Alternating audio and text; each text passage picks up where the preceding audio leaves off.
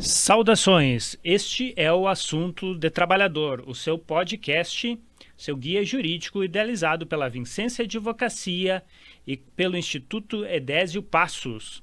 Assunto de hoje: por que o sindicato existe?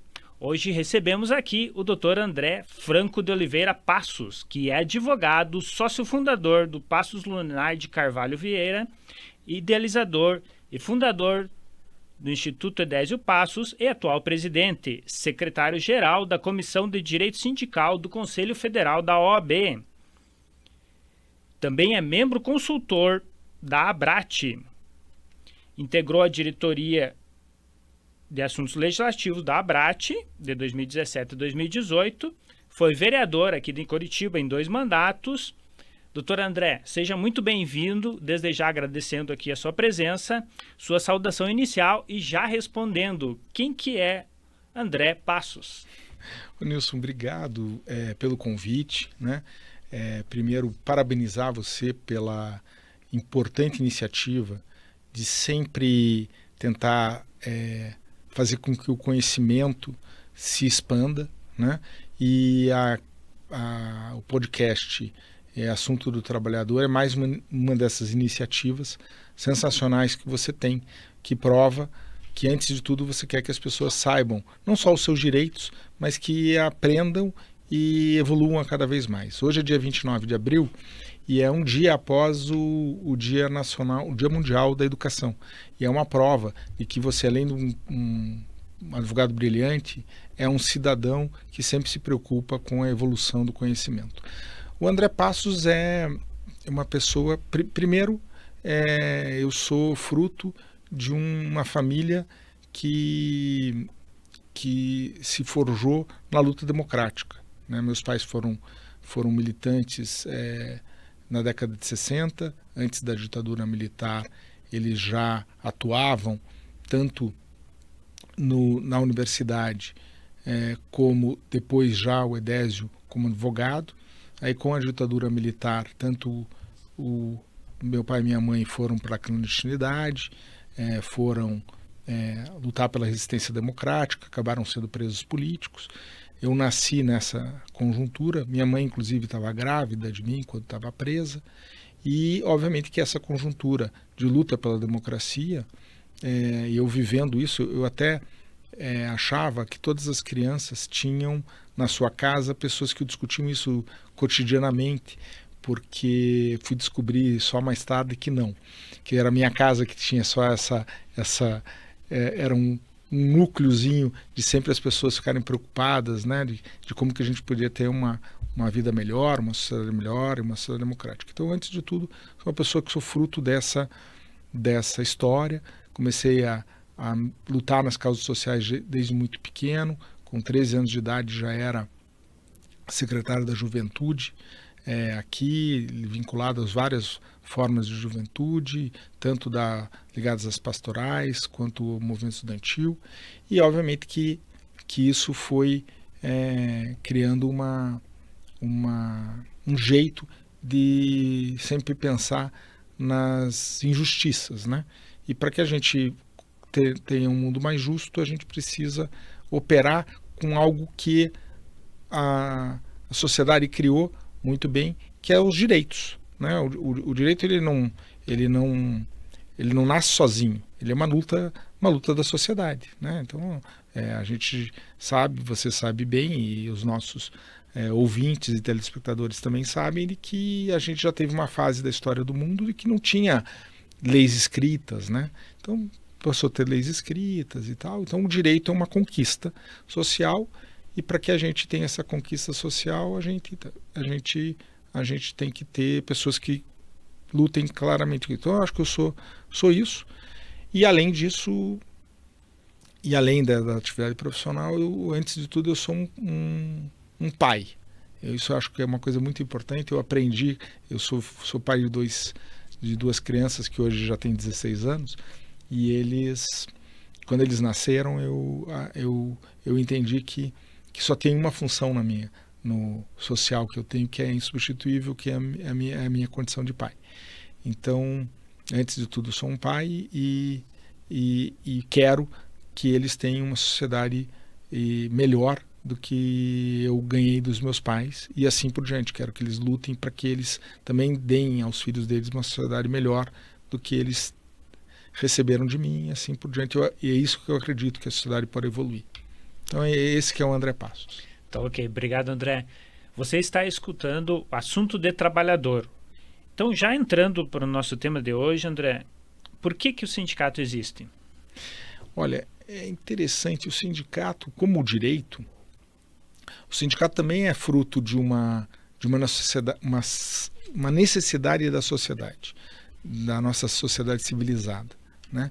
Eu sempre digo que as leis e os direitos individuais, ou seja, vamos pegar no caso específico do direito do trabalho, quando a gente hoje diz que, olha, tem uma limitação de jornada, né? Então as pessoas, em regra, podem trabalhar 8 horas e daí se trabalhar mais de 8 horas tem que ganhar hora extra, etc., que hoje é regulado no Brasil. Algumas atividades têm uma limitação de jornada um pouco diferente, a forma de controle de jornada. As pessoas, mas isso é normal, sempre foi assim. Não, a gente sabe que não foi sempre assim. E teve uma luta para que as jornadas fossem reguladas, né? A gente sabe que antes, no início da Revolução Industrial, as pessoas trabalhavam 16, 20 horas de vez em quando, por mais impossível que pareça, e não tinha nenhum tipo de limitação, não tinha sequer limitação de idade. Tinha crianças que trabalhavam nas carvoarias com 7, 8 anos de idade, trabalhando 16, 17 horas por dia. E eu sempre digo que esses direitos individuais, na verdade, eles são uma conquista de uma união de pessoas que tiveram coragem em determinado momento e dizer, olha, precisamos nos unir para dizer não em relação a algumas coisas e que para isso se diga, eu quero ter determinados direitos. Então, o controle de jornada, que teve a sua primeira legislação na Inglaterra, ele surgiu, por exemplo, dessa união de pessoas.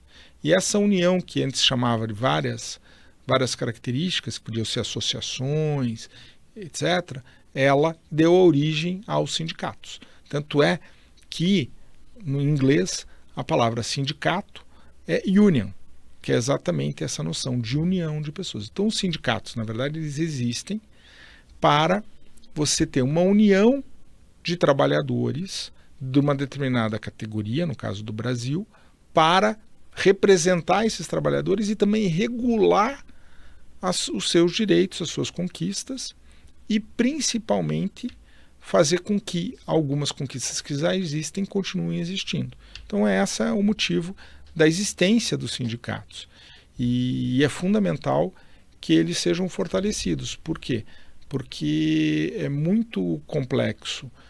Imagina você ter que discutir individualmente com cada uma das pessoas os seus interesses, numa sociedade que tem milhares de pessoas hoje. Então, se você não tiver um canal de uma interlocução que tenha esse vetor, a gente não consegue avançar. Ainda mais quando o sistema não é equilibrado. Então, por exemplo, nós não temos dúvida nenhuma de que quem contrata o trabalhador, principalmente grandes empresas, tem um poder muito maior sobre o trabalhador de forma individual do que o trabalhador em relação à empresa. Até porque o trabalhador está desempregado, ele quer aquele emprego, aquela empresa tem uma enorme estrutura. Então, óbvio que ele vai acabar aceitando condições ou não exigindo determinados direitos se ele está sozinho. Mas se ele está representado ou unido com todos, ele vai ter uma capacidade de diálogo que equilibra um pouco essas forças. Então, também a existência do sindicato é para, além de representar, tentar equilibrar um pouco as forças. E a gente dizer o que a gente fala no direito é ter a mesma paridade de armas, que a gente diz assim, né, em direito. Então, o sindicato também é para tentar equilibrar as relações que não são iguais na sociedade. Elas são desiguais na sociedade. Então, o sindicato ele vem para tentar equilibrar essas relações. Ok. Você está escutando Assunto de Trabalhador. Então, André, voltando um pouquinho naquela tua situação que tu estava falando anteriormente, quando você falou dos seus filhos que já estão com 16 anos, né? Então, quero te falar que eu tenho a satisfação de te conhecer há pelo menos 16 anos, né? Pessoalmente e profissionalmente. Há 16 anos, quando nos conhecemos, você recém tinha voltado da licença que tu tinha tirado para a questão dos teus filhos, né? Sim. Então, aos 16 anos, tenho a grata satisfação de te conhecer. Siga a Vicência Advocacia e o Instituto Edésio Passos nas redes sociais. André, explica para o trabalhador um pouquinho, de uma forma simples, a estrutura sindical brasileira. A estrutura sindical brasileira, para quem está nos vendo e nos ouvindo agora, ela é, no Brasil, um pouco única. Primeiro, uma questão importante, a palavra única tem a ver até já com o sistema, nosso sistema, que a gente, na nossa Constituição, diz que a gente tem uma unicidade. O que é uma unicidade? Ou seja, você tem um único sindicato numa base territorial específica, só pode ter aquele sindicato representando aquela determinada categoria. Então vamos pegar o exemplo ali da cidade do Ronilson, Pato Branco. Ou seja, você não pode ter 2 sindicatos de comerciários em Pato Branco. Você só pode ter um sindicato de comerciário em Pato Branco. Pode até ser que ele seja de Pato Branco, Francisco Beltrão e outra cidade juntos, mas ele tem que ser único naquela territorialidade. Pode ter um sindicato em Francisco Beltrão e outro em Pato Branco? Pode, porque no Brasil se permite uma divisão territorial onde a base mínima seja um município. Então você veja, por exemplo, aqui em Curitiba, a gente poderia ter o sindicato dos comerciários do Boqueirão? Não, porque o Boqueirão é um bairro em Curitiba. Então você pode ter o sindicato dos comerciários de Curitiba, mas você não pode dividir ele por bairros. Então o mínimo, na verdade, do território pode ser Curitiba. Você pode ter sindicatos nacionais? Pode. Você pode ter um sindicato que não tenha nenhum desmembramento. Você tem vários sindicatos que têm base estadual, que é o estado todo, mas a grande maioria dos sindicatos são sindicatos que representam regiões, o conjunto de municípios, onde você tem um município maior e você tem uma representação nesses municípios. Isso vai para uma decisão dos trabalhadores. Além do sindicato, o que você tem? Você tem uma federação, que é uma união de pelo menos 5 sindicatos. Então, 5 sindicatos da mesma categoria podem se unir e criar uma federação, e essa federação representa esses 5 sindicatos e, consequentemente, todos os trabalhadores que são representados pela soma desses 5 sindicatos. 3 federações podem criar uma confederação. O que é? A confederação é a ideia de alguém, uma representação que tem uma representação além da esfera de um único Estado. E que a ideia era que as confederações fossem nacionais. A grande maioria das confederações tem representação na maioria dos estados brasileiros, e elas se juntam. Inicialmente, você só podia ter uma confederação por categoria no Brasil, mas hoje é permitido ter algumas confederações da mesma categoria, desde que elas, obviamente, sejam compostas por federações diferentes. Então isso está mudando um pouco no Brasil. E o mais importante de todas essas representações sindicais são o sindicato mesmo de base. Por quê? Porque o sindicato de base ele tem uma figura que também está definida na Constituição, que é extremamente importante. Já que ele tem a questão da representação da sua unicidade, ele representa tanto os filiados quanto os não filiados. Como assim ele representa os filiados e os não filiados? Ele representa juridicamente e sindicalmente. Então, quando ele vai fazer uma negociação coletiva, nós podemos depois explicar melhor o que é negociação coletiva, ou seja, quando ele vai definir um acordo, uma convenção coletiva, ou seja, definir uma regra que vale para todos os trabalhadores daquela categoria, vai valer para todos, independentemente se a pessoa é associada ou a pessoa não é associada ao sindicato. Também quando você entra com uma ação, que a gente chama ação de substituição processual, de representação coletiva. O que é isso? Por exemplo, você tem uma empresa que reiteradamente está descumprindo normas, Vamos falar, a gente já falou de jornada, então vamos continuar com a jornada. Está lá fazendo jornadas extensivas para muita gente, ou, por exemplo, não está pagando adicional de periculosidade ou de insalubridade que as pessoas necessitam, ou se é um servidor público, por exemplo, não está pagando uma determinada gratificação que precisaria ser pago, ou um determinado piso. O sindicato ele pode entrar com uma ação em nome de todos os trabalhadores que são daquela categoria, independente se sejam filiados ou não sejam filiados, e a decisão pode valer para todos os trabalhadores que estão representados ali. Lógico que depois a forma de executar isso, como que vai se definir quem de fato está atingido por aquela ação é um pouco mais complexo. A gente pode, não sei se conversar hoje ou num outro momento, é um tema que o Ronilson sabe que eu gosto muito, que é a questão que a gente chama de como que a gente pode dar efetividade nas ações coletivas. Então os sindicatos têm essa característica no Brasil, porque em outros países os sindicatos eles acabam representando só quem são filiados. Então eles entram com essas ações e, por exemplo, só vale para quem é filiado. Em alguns países você tem essa diferença por filiação, mas o sindicato que tem mais filiados ele pode vir a agregar a todos. Então é um pouco diferente. Mas no Brasil tem essa característica, que eu pessoalmente acho que ela é muito boa, porque ela dá sempre uma tranquilidade da manutenção dessa união. O que ela precisa melhorar? É num espírito de solidariedade maior entre filiados e não filiados, porque os sindicatos eles dependem muito das filiações, eles dependem muito dessa representatividade. E como ele pode representar ambos e os direitos podem ser estendidos aos não filiados, muitas vezes não há uma solidariedade entre quem não é filiado e que está sendo beneficiado. Então isso precisa ser melhor conversado com os trabalhadores, explicado para os trabalhadores o quanto é importante eles serem filiados aos seus sindicatos ou de alguma forma contribuírem com a entidade sindical, porque sem ela eles não teriam direitos. A gente acha, quando a gente entra numa empresa, né, Ronilson, de que a empresa ela dá lá o ticket de alimentação porque ela é boazinha. Não. 90% das empresas dão o ticket de alimentação, por exemplo, porque tem uma convenção coletiva que diz que tem que dar o ticket de alimentação, né? Lógico que tem algumas que, de fato, estabelecem benefícios que estão além da convenção do acordo coletivo, mas isso é raro. A grande maioria cumpre exatamente o que está na convenção coletiva. O que é a convenção coletiva?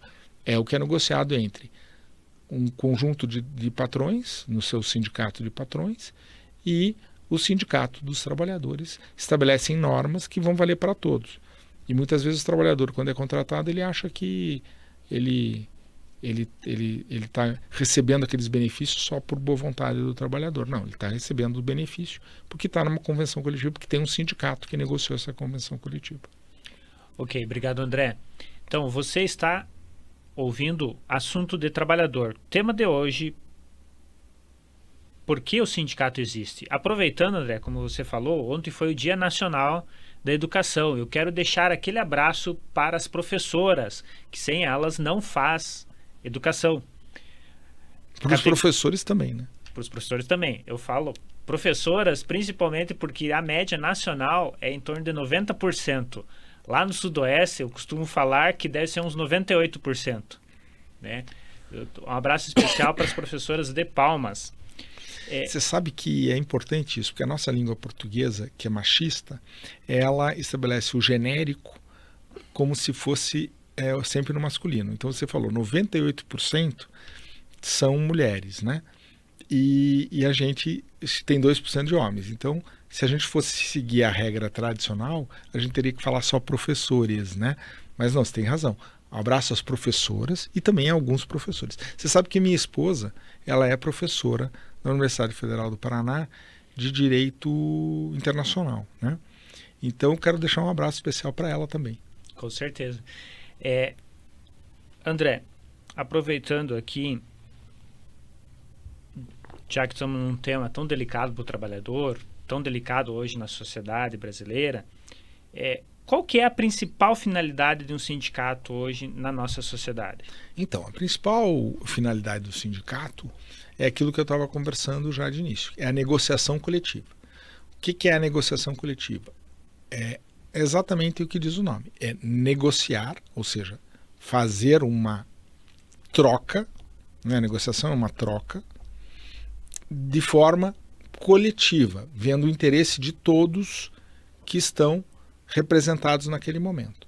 Então, você pega o que tem a lei define lá o mínimo, e teoricamente aquela negociação é para você ver questões, benefícios melhores que podem ser mais específicos para aquela categoria, e essa é a principal finalidade. Então é a representação de todos os trabalhadores nesta negociação que vai definir novas regras para tanto empregadores quanto trabalhadores terem isso. E isso está previsto na nossa Constituição no artigo 7º, que dá à negociação coletiva, ou seja, as convenções e os acordos coletivos, como força de lei.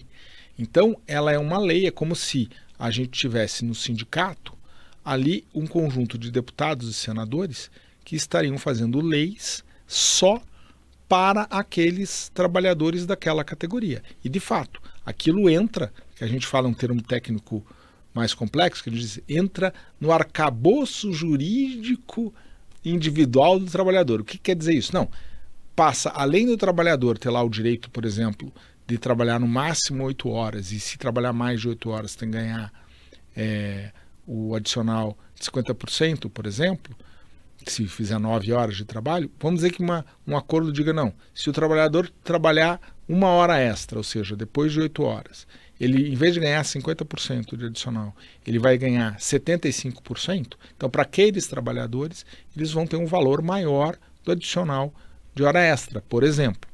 Pode definir o ticket de alimentação, que na convenção diz que é R$300 por mês.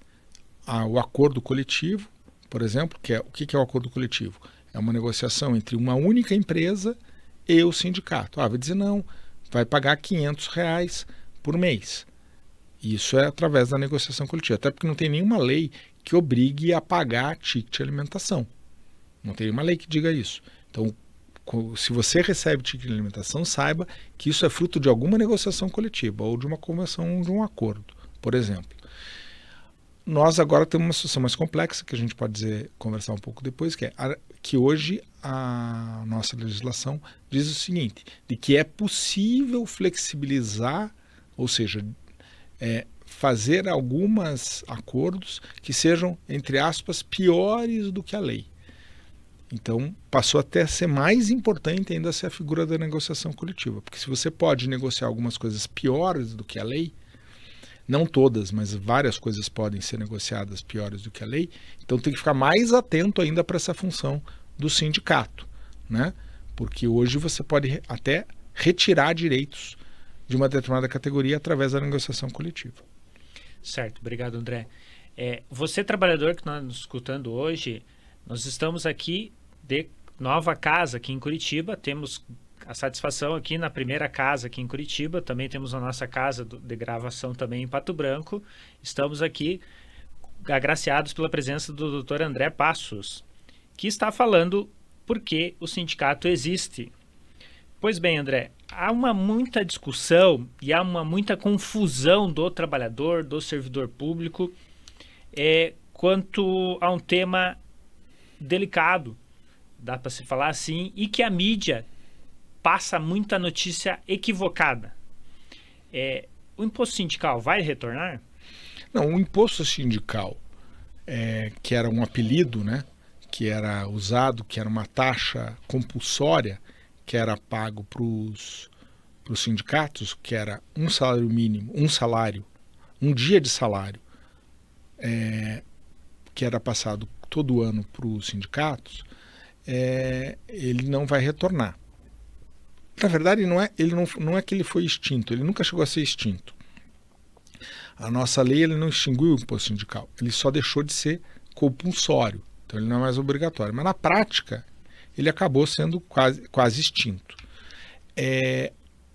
Então, mas a primeira coisa que a gente tem que falar não, ele não vai retornar da forma que ele era antes. Mas a primeira coisa que a gente tem que falar, por que tem necessidade do que a gente chama de custeio sindical? O que é custeio sindical? Como garantir recursos para que o sindicato exista e continue trabalhando em prol do trabalhador. Então, por mais que o imposto sindical não vá voltar, o que a gente precisa conversar com todos os trabalhadores é por que a gente precisa que os sindicatos tenham estrutura, dinheiro para isso. Eu sempre digo, a gente vive numa sociedade capitalista, né, doutor Ronilson? E existe no capitalismo uma coisa muito clara. A liberdade, que a gente fala tanto, que é importante, etc., e ela é fundamental, a liberdade no capitalismo ela só é efetivada, ou seja, ela só existe de verdade se a gente tem liberdade e autonomia econômica. Se a gente não tem autonomia econômica, e isso o colega que está nos ouvindo, advogado, trabalhador, as pessoas em geral, o próprio empresário, sabe que hoje no capitalismo, se você não tiver R$24, eu nem sei se está esse valor agora, você não vai para a praia porque você não vai ter dinheiro para pagar o pedágio, certo? Então a tua liberdade de ir e vir, ela está também vinculada ao dinheiro, né? Hoje, se você quiser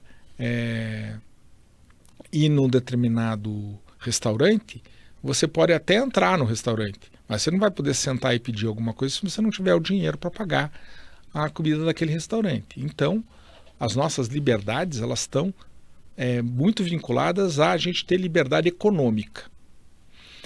Então, o que acontece? Se o sindicato ele não tem a sua independência econômica, o que vai acontecer? Ele vai ficar dependente de alguém, certo? E se ele ficar dependente do empresário ou do governo, ele vai negociar as coisas que ele precisa negociar a favor de quem? Do empresário ou do governo. Então, ele tem que ficar dependente de quem? Do trabalhador. Então, o trabalhador, se o trabalhador contribuir para o sindicato vai depender de quem? Vai depender do trabalhador. Então, por isso que a gente diz que o sindicato se torna de fato independente dos outros, de empresário e de governo, se ele depende economicamente exclusivamente do trabalhador, ou principalmente do trabalhador. E isso que é fundamental. E hoje, se a gente não tiver esse custeio sindical mantido pelos trabalhadores, a gente não vai ter essa independência. Mas então como que a gente vai resolver isso se não vai voltar ao imposto sindical, apesar de que a mídia fica sempre tentando confundir as pessoas? É exatamente isso que está sendo discutido agora. Não, o sindicato ele precisa ter a contribuição do seu trabalhador, mas como que ele vai ter essa contribuição? Se ele também demonstrar que a utilidade dele no que é mais importante, que é o que você me perguntou antes. Qual é a principal função do sindicato? É a negociação coletiva. Por que é a negociação coletiva? Que é você fazer acordos ou convenções que gerem benefícios. Então, o que está sendo discutido agora? Não, é que o sindicato ele tem que receber de todas as pessoas que são beneficiadas por que ele negociou. Então, se ele vai lá e negocia um aumento de salário, se ele negocia um aumento no ticket, se ele negocia uma melhor condição de vida para o trabalhador, ou se ele negocia muitas vezes a impedir que o trabalhador seja demitido, porque a gente sabe que isso muitas vezes acontece. Tem lá uma empresa que vai demitir 300 pessoas de uma vez só, e o sindicato vai lá e impede essas demissões. Ele precisa de uma contribuição de quem foi beneficiado por isso. E isso que a gente está chamando de taxa negocial. Então o que está sendo discutido, na verdade que já existe, e o Supremo inclusive já tomou uma decisão, é de que sim, as taxas negociais, elas existem, são corretas e elas podem ser previstas nos acordos e convenções coletivas. O que está sendo discutido só é quem que pode se opor a ela, quem não pode se opor a ela, como que essa oposição pode acontecer. Eu, pessoalmente, acho que o direito à oposição, que vai ser regulado, e é uma tradição no Brasil, isso já vem de decisões do Supremo de antes da década de 70, já com o ministro Sepúlveda da Pertence, etc., mas é um pouco contraditório, porque o direito de oposição, a taxa negocial, ele deveria ser uma taxa de solidariedade de todos os trabalhadores que são beneficiados. Mas para não haver uma clareza de que há uma certa imposição, como se o direito coletivo se sobreposse sobre o direito individual, também está se discutindo isso. Olha, algumas pessoas que de fato não querem contribuir de forma nenhuma para o sindicato, com aquela negociação, não se sentem representados ali poderiam se opor. Mas eu acho que a gente foca muito no direito à oposição em vez de focar no essencial, que é os benefícios da negociação coletiva, o que ela traz para toda a categoria e o quanto que isso deixa as coisas mais equilibradas. Porque você tem lá um conjunto de associados que pagam a mensalidade todo mês e que mantém diariamente o sindicato, mas sem o sindicato você não teria negociação coletiva. Então todos que são beneficiados devem pagar. É mais ou menos como se você fizesse todo mundo num determinado local de trabalho e dissesse, olha, vamos fazer um churrasco. E aí todo mundo, a galera, beleza, todo mundo vai fazer o churrasco e tal. E aí chega no final, você, Rony, ficou responsável para comprar a carne. Você é só responsável de comprar a carne. Mas você chega, compra a carne, que todo mundo comentou. E daí depois você vai lá e diz, olha, a carne custou R$100.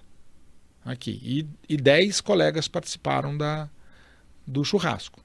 E aí quando você vai dividir a conta para os 10 que comeram e que toparam fazer aquele churrasco juntos, um diz, não, mas eu quero me opor aqui, eu não vou pagar o churrasco, apesar de eu ter comido a carne, ter gostado da carne, ter convidado, ter combinado o churrasco, ter feito tudo junto. Então o que a gente tem discutido hoje? Olha, essa festa nesse churrasco, essas 10 pessoas, seria como se fosse a Assembleia dos Trabalhadores.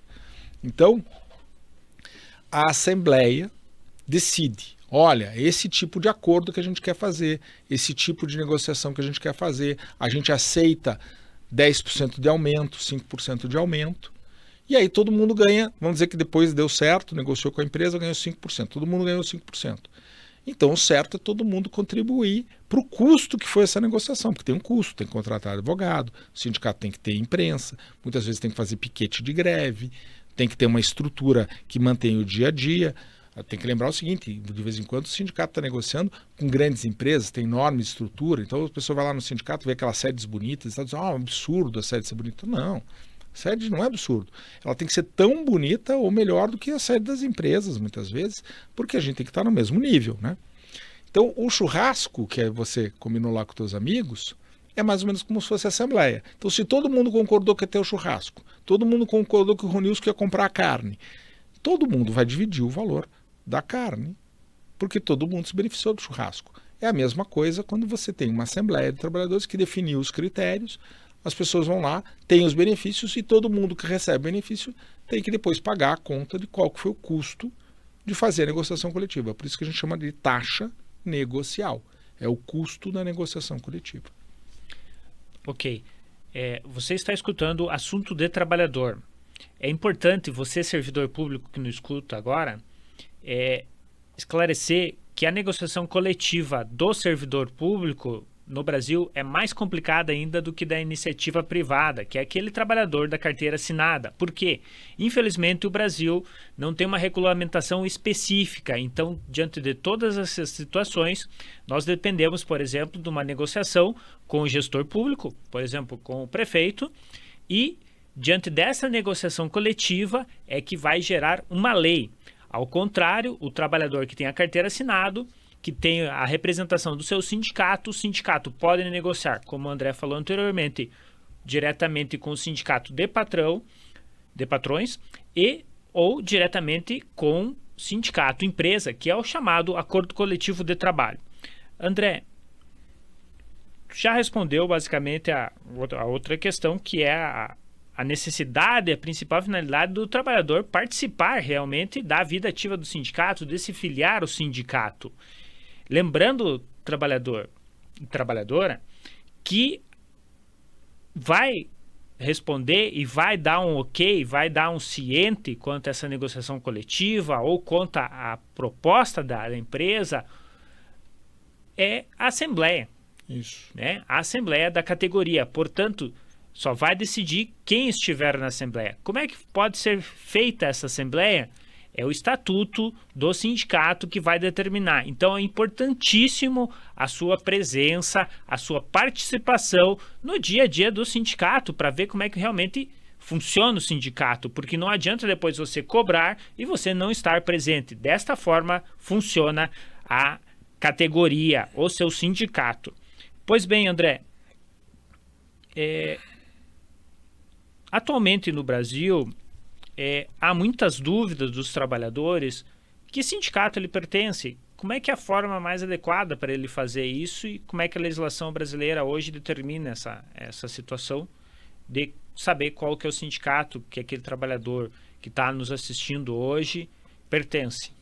Hoje no Brasil, como eu falei no início, o nosso sistema é de unicidade sindical, ou seja, você só pode ter um sindicato para uma determinada categoria dentro de, no mínimo, a base territorial do município.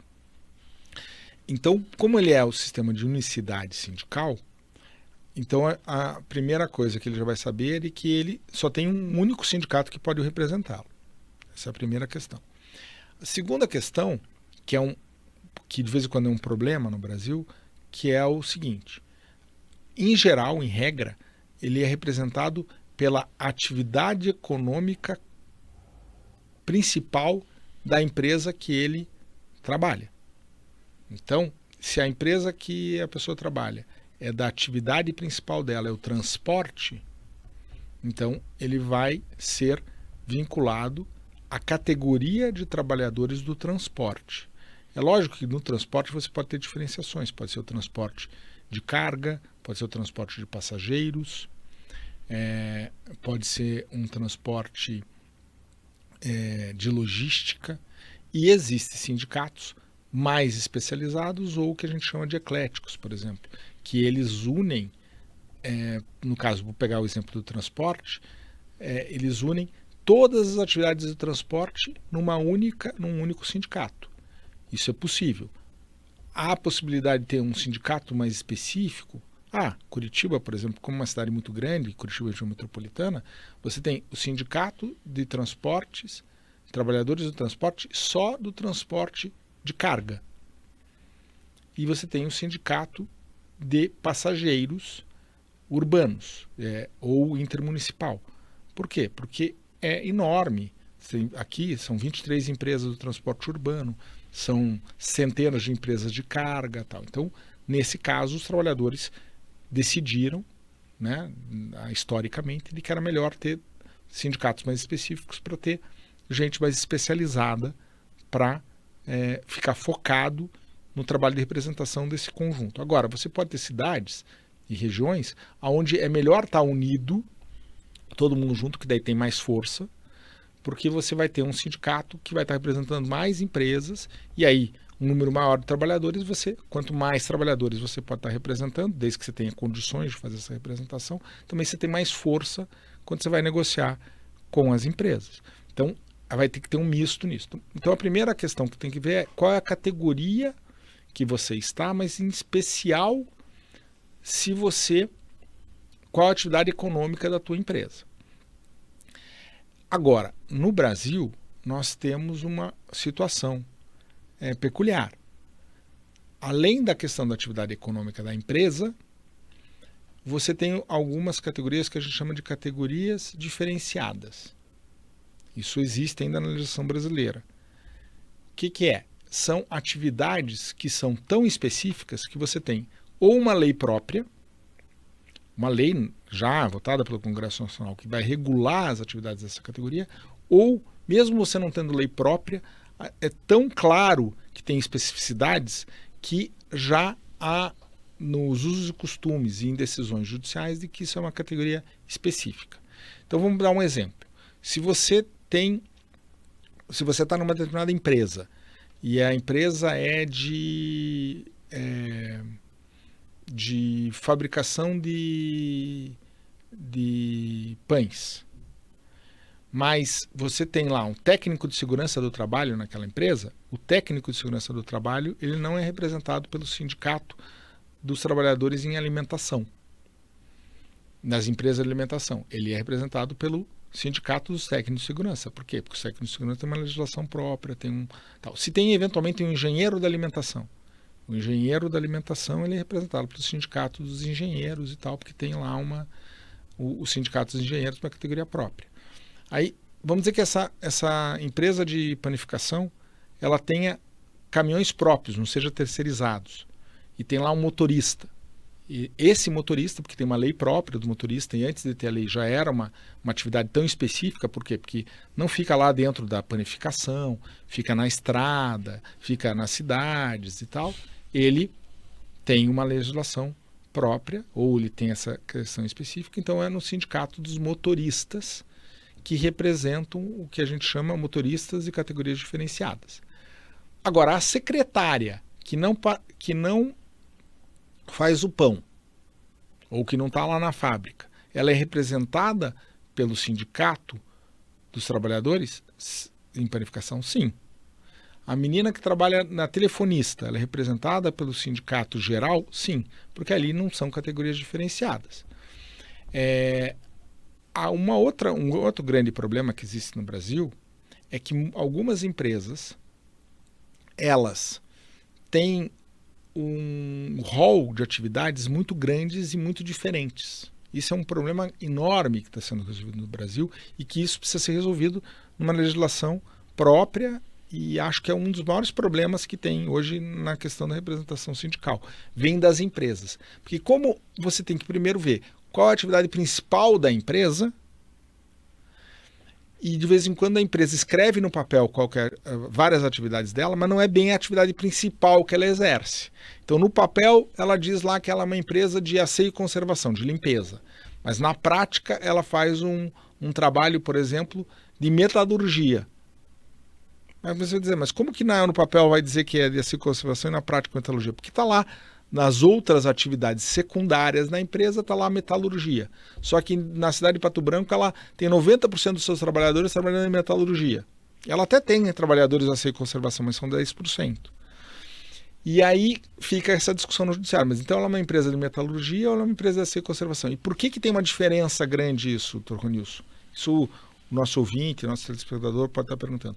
Tem uma grande diferença, porque a convenção da metalurgia deve prever talvez um piso salarial diferente talvez da convenção de asseio e conservação. E eventualmente você vai poder ter lá uma questão de um ticket de alimentação, uma questão específica, e são atividades bem distintas. Então isso tem se discutido muito, que alguma dessas empresas que tem o que a gente chama no guarda-chuva jurídico delas, muitas atividades, a gente diz, tem que ver então qual é a tua atividade principal e qual é a tua, trabalhador, e se o núcleo do contrato que aquela empresa está fazendo é daquela atividade principal, mesmo que no KNAI da empresa esteja dizendo que é outra coisa. Então, na prática, ela teria que ser representada pelo sindicato da metalurgia. Então, tem toda essa discussão. Mas, tirando essas fraudezinhas que as empresas fazem, em geral, segue isso. Se a empresa é uma empresa de metalurgia, é os sindicatos metalúrgicos, excetuando só as categorias diferenciadas, mesmo que a pessoa seja lá telefonista da empresa. Excelente, doutor André.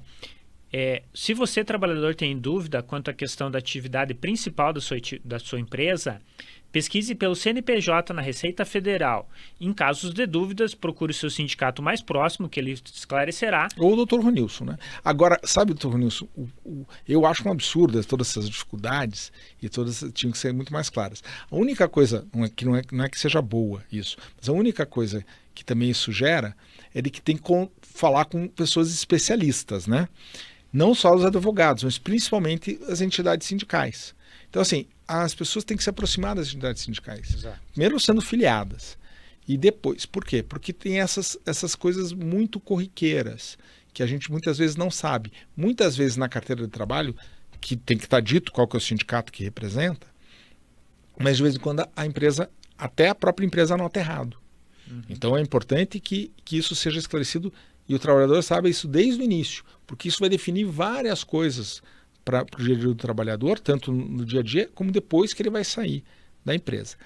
Até isso me dá uma oportunidade, se você achar que é o caso, de a gente falar qual que é a diferença entre filiado e não filiado no Brasil. Isso acho que é uma coisa importante. Agora, a gente está à disposição e o Instituto E10 e Passos também está à disposição. Então, qualquer dúvida também que as pessoas eventualmente tenham, tem lá as formas de contato pelo e-mail do contato do Instituto ou nos podcasts do Dr. Ronilson ou outros programas que a gente tem que esclarecem bem essa questão. Exatamente. Obrigado, André. André, indo para a conclusão e já respondendo uma última questão que não estava no script, quanto à questão da Justiça do Trabalho. Teve uma infeliz anúncio, uma infeliz frase de um ministro dizendo o fim da Justiça do Trabalho. O que tu pensa sobre isso? E já linkando um pouquinho ali quanto à questão da uberização, dessas novas características do mundo do trabalho. Olha, a Justiça do Trabalho é, de fato, a justiça das pessoas mais humildes. Tá? Ela foi criada exatamente para ainda mais equilibrar. Eu acho que a Justiça do Trabalho é um dos exemplos que o Brasil dá ao mundo de coisa boa que nós temos. Coisa boa que nós temos. Por quê? Porque a gente permite às pessoas que são mais exploradas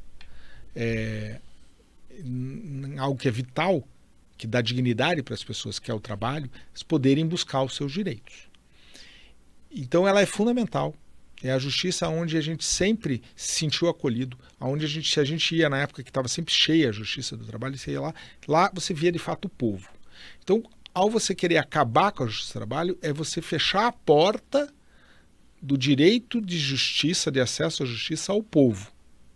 Essa é a real verdade. Aí as pessoas dizem, mas tem muita ação na Justiça do Trabalho. Pode ser que em números, de fato, sejam números alarmantes. Mas o Brasil, como um todo, tem números alarmantes de judicialização das suas questões. Você vai ver, no direito do consumidor, hoje você tem milhares de ações. No direito previdenciário, você tem milhares de ações. E assim por diante. Até de empresas contra o governo, na questão tributária, tem milhares de ações. Mas por que isso? Isso que a gente tem que questionar. Tem muita ação porque as pessoas gostam de entrar com a ação, ou tem muita ação porque os direitos não são efetivados ou respeitados corretamente? Eu acho que é mais a segunda parte. Porque se você for ver, Dr. Ronilson, o conjunto de ações que tem na Justiça do Trabalho, a grande maioria delas é pedindo o básico, que é verba rescisória, ou seja, algo que foi contratado deveria ter sido pago, jornada de trabalho, é o básico. Não é as coisas mais complexas que deveriam ser questionadas de trabalho, como acidentes, assédios, questões de paga de desvio de função, coisas mais complexas. Não, isso existe também no Justiça do Trabalho, mas não é a maioria. Então, se a gente tivesse uma efetividade maior na fiscalização, quando as atividades de trabalho estivessem sendo realizadas, e de fato você punisse quem está prejudicando a sociedade, porque você, a beneficiar uma empresa que não paga as coisas corretamente, você está prejudicando a empresa que paga corretamente, porque essa perde mercado de trabalho, essa perde oportunidades. Então, se a gente tivesse uma fiscalização mais preventiva, tivesse mais ações coletivas, se tivesse mais atividades onde a própria sociedade dissesse, olha, peraí, não existe almoço de graça. Se esse negócio está barato demais, alguma coisa não está sendo paga. Aí você estaria privilegiando quem cumpre tudo certinho, em detrimento de quem não cumpre tudo certinho. Você veja como isso é verdade, Dr. Ronilson. 40% das ações da Justiça do Trabalho, a gente ganha, mas não leva. O que é ganhar, mas não levar? Você entra com a ação, você tem reconhecido que aquele direito o trabalhador tinha que receber, só que a empresa já não existe mais para pagar as contas. E muitas vezes não é porque a empresa quebrou. Algumas é porque quebrou mesmo.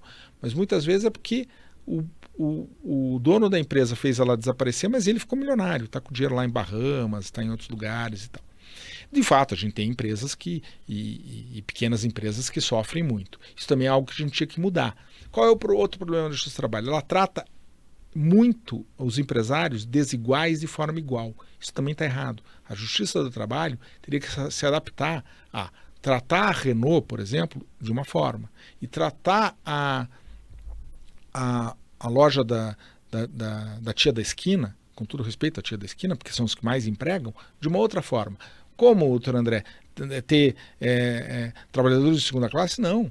Mas, por exemplo, você tem um RH na Renault deve ter milhares de pessoas. Aí você obriga as mesmas leis burocráticas da Renault, você obriga para a tia da esquina, que tem que guardar 5 anos de documentação, todas as coisas com os mesmos detalhes do que a Renault, e isso tudo encarece e dificulta. Então, se a Justiça do Trabalho tivesse uma regulação em tratar de forma desigual, dentro das necessidades dos empregadores, e o empregador que tem uma estrutura maior ter um tipo de responsabilidade diferente do empregador menor, a gente também teria um apoio maior da sociedade, porque a gente sabe que entre cada 5 empregos no Brasil, 4 são de pequenos empregadores. E os pequenos empregadores tinham que ser mais protegidos na nossa legislação, e acho que eles não são. Então a gente não cura os problemas, e a gente daí quer jogar a criança com a água suja. Então, em vez de a gente resolver o problema da água suja, a gente joga a criança junto, que é a Justiça do Trabalho. Então, você fecha a Justiça do Trabalho, você está basicamente fechando a porta para as pessoas mais humildes entrarem no sistema judiciário. Porque é basicamente, hoje as pessoas mais humildes, elas basicamente têm acesso a 2 justiças, talvez 3, mas principalmente 2, que é a Justiça Previdenciária e a Justiça do Trabalho. Porque o direito do consumidor, que também tem algumas pessoas mais humildes, mas o cara tem que ter algum dinheiro para consumir. Certo? Mas, então, também tem gente mais humilde e tal, mas principalmente é previdenciária e direito do trabalho. E a questão da uberização é um problema, porque assim, o maior problema da uberização não é nem discutir se a pessoa tem vínculo ou não tem vínculo. Essa não é a questão maior, se tem que ter carteira assinada ou não tem que ter carteira assinada. A questão central é, isso é um trabalho? É. Então, se é um trabalho, tem que ser discutido na Justiça do Trabalho. E a outro problema é, esse trabalho é um trabalho diferente. E as pessoas, algumas querem terem vínculo, outras não querem. Isso tudo a gente está discutindo. Mas a questão é que a gente está discutindo numa velocidade, que é uma velocidade talvez normal para a sociedade, mas não é normal para as tecnologias que estão mudando o mundo do trabalho. Então, quando a gente chegar numa conclusão, talvez o Uber nem mais exista. Já vai ter um outro sistema que vai estar fazendo as pessoas trabalharem. E muitas vezes de forma que gera problemas. Então, a gente sabe hoje que a pessoa que trabalha no Uber hoje, por exemplo, ou em outro aplicativo, e tem um acidente e fica inválido. E se a pessoa não foi lá e não contribuiu corretamente com o INSS, dependendo do tipo de invalidez que ela vai ter, ela não vai ter benefícios e vai ficar lá sem poder trabalhar adequadamente e tal. Ou, por exemplo, vamos dizer que o carro dela seja o carro próprio dela, daí ela não vai ter dinheiro para pagar o seguro, não vai ter dinheiro para trocar de carro e tal. Então, hoje, essas pessoas, elas de fato ganham o seu sustento ali, de vez em quando até ganham melhor do que se elas estivessem empregadas normalmente, mas elas estão um pouco à margem, sem outros direitos. Então, elas têm que ter um mínimo de direitos para proteger elas e também para proteger a própria sociedade, né? Porque a gente sabe de que não é só para proteger quem trabalha no Uber, mas a gente sabe, por exemplo, o acidente de trânsito, ele gera um custo enorme para a sociedade, porque você tem lá o custo do SUS, que vai atender a pessoa que teve acidente de trânsito e assim por diante. Então, a nossa questão não é se o Uber tem que ser empregado formal ou não tem que ser empregado formal, mas a questão é que é um trabalho. Se é um trabalho, tem que ter direitos. Se tem que ter direitos, tem que ser regulado pela Justiça do Trabalho. Pelo menos essa é a minha opinião mais simples, né? Mas parece que não é bem isso que o Supremo está pensando, mas nós vamos dar luz lá para o Supremo. Exatamente. Você assistiu Assunto de Trabalhador com o Dr. André Passos sobre o tema Por que o Sindicato Existe. Muito obrigado pela sua presença e até próximo programa. Eu que agradeço, Dr. Ronilson, e estou sempre à sua disposição.